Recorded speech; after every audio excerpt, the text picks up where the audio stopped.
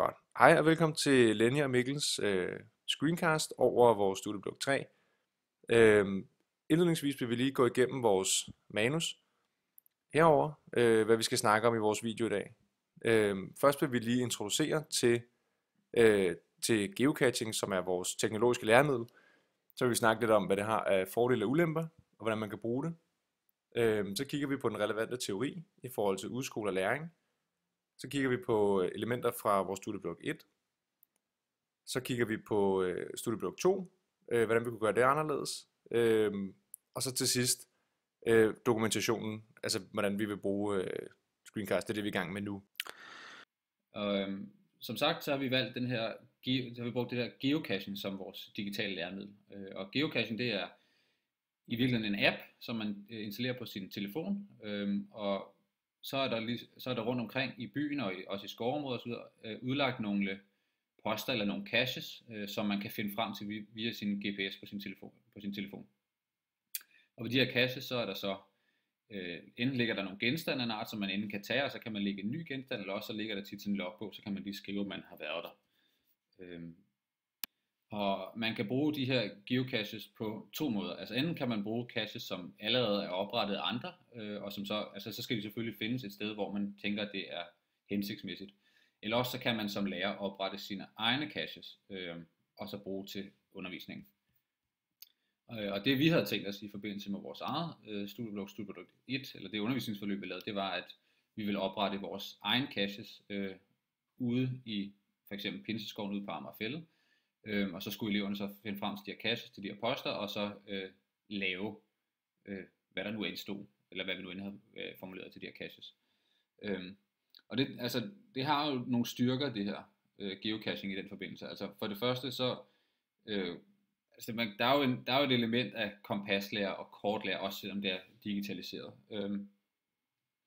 For det andet så det hjælper lidt på mangel på ressourcer ude på skolen. Altså i studieblok 1 havde vi jo formuleret det her posteløb eller skatteløb, som vi kaldte det, hvor der var lagt op til, at vi næsten skulle bruge 3, 4, måske der 5 lærere så der kunne stå en lærer ved hver post. Når man har det her geocaching, så behøver man ikke nødvendigvis at være så mange lærere, og i stedet for så kan man lægge op til, at eleverne selv skal dokumentere, hvor de har været. Så altså der er nogle styrker ved det her geocaching, men der er også nogle svagheder ved at bruge det. Altså for det første så, vi nævnte, at der er noget digital kompas og kortlæsning, men der er jo ikke den her kortlæsning og kompaslærer i traditionel forstand. Så det kunne man så overveje, om det skulle være en del af forløbet på en anden måde. Så kan det være det her med, at de her caches kan være svære at finde, og det kan man selvfølgelig selv, det kan man selv komme over det her problem ved, at når man selv laver caches, så kan man sørge for, at de sådan er relativt lette. Så helt konkret har vi tænkt os at bruge geocaching på den måde, at eleverne de er i nærheden af Pinseskoven ude på Amagerfælled. Så går de ind på deres smartphone og ser, at de er for eksempel 300 meter væk fra post nummer 1, altså cache nummer 1 på deres kort. Så kan de se, at de skal gå østpå for at finde cachen for eksempel. Når de så har fundet den, som vi ser pigen her også gøre, så kan de få en lille folder ud. For inde i cachen, der kan vi gemme en lille note, og det her vi som lærer har skrevet den opgave, eleverne skal udføre på post nummer 1. Det er i vores tilfælde, at de skal transportere en træstamme 250 meter over en målstreg. Så de læser simpelthen, hvad posten går ud på, og udfører den, og så er det videre til næste post. Så går de ind på deres smartphone igen, ind på geocache-appen, finder den næste post nummer 2, og går i den retning, som appen viser, så fremdeles. Vores teori i forhold til den her screencast bygger blandt andet på de 9 kriterier for god udskoleundervisning. Og det første punkt, det er en af de ting, som vi også synes er rigtig vigtige her, altså at fagets mål skal være synlige. Det siger Hilbert Meyer også noget om, at der skal være tydelige mål og tydelige forventninger til eleverne. Og det er også derfor, vi starter vores forløb ved at være indenfor, hvor der ikke er nogen forstyrrende elementer, og vi kan tydeligt forklare eleverne, hvad opgaven går ud på med det her stjerneløb, og vi også skal sætte dem roligt ind i, hvordan man bruger appen. Der er også mulighed for, hvis man gerne vil gå i dybden med det, som lærer kan man også tage det her traditionelle kortlæsning og kompaslærer ind, så de har det element med. Ydermere så ser vi også, at vi synes punkt 2 og punkt 1 hænger rigtig godt sammen, i og med at punkt 2 går ud på, at arbejdet ude og arbejdet inde skal spille sammen. På den her måde er arbejdet inde er altså afhængig af arbejdet ude, og omvendt. På den måde hænger de her to altså rigtig meget sammen. Punkt nummer 3 går ud på, at eleverne skal arbejde sammen, og det er også vigtigt at understrege her, at det er nødvendigt samarbejde. For eksempel er post nummer 1, der skal de fragte en tung træstamme 250 meter over en mållinje. Det er altså ikke noget, man kan gøre alene, og det er derfor det er vigtigt, at de arbejder i grupper. Og her passer, altså 2-4-mandsgrupperne passer egentlig også ret fint i forhold til, hvad vi har tænkt i vores undervisningsforløb.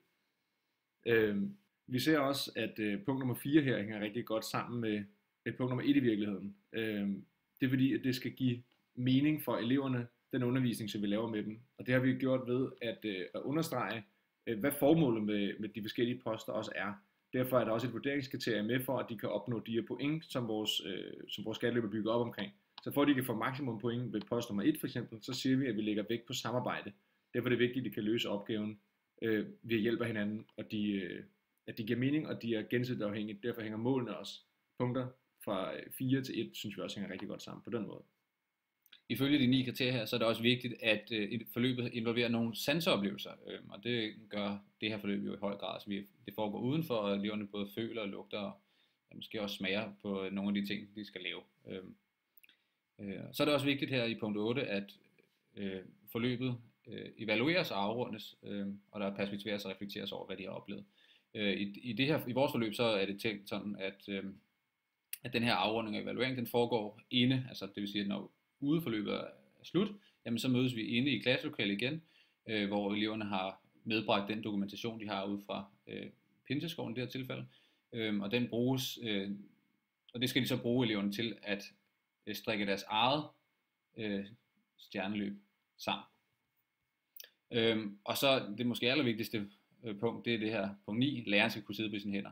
Altså vi mener, at med den her app med geocaching, jamen, så har læreren en god mulighed for at overdrage meget af den læring, der finder sted, og den undervisning, der finder sted, virkelig til eleverne selv. På den måde så bliver læreren sådan primært en vejviser, en eleverne kan henvende sig til, hvis de virkelig er gået i stå.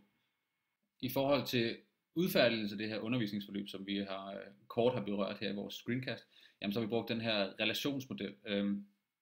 Og der har vi taget udgangspunkt først og fremmest i nogle læringsmål for idræt. Vi har taget udgangspunkt i det væsentligste læringsmål, vi har taget udgangspunkt i, det er det, der hedder, eleven har viden om samarbejdsmetoder inden for alsidige idrætsaktiviteter. Under det her læringsmål, som så ligesom har været paraplyen, jamen der har vi opstillet nogle tegn på læring. For eksempel ved post 1, hvor de skulle transportere den her træstam, jamen der har vi kigget efter, hvordan de har løst den op. De resterende undervisningsaktiviteter, det vil sige de resterende poster i det her løb, som vi har lavet, de er også bygget op om det her mål, der omhandler samarbejde inden for alsidige idrætsaktiviteter.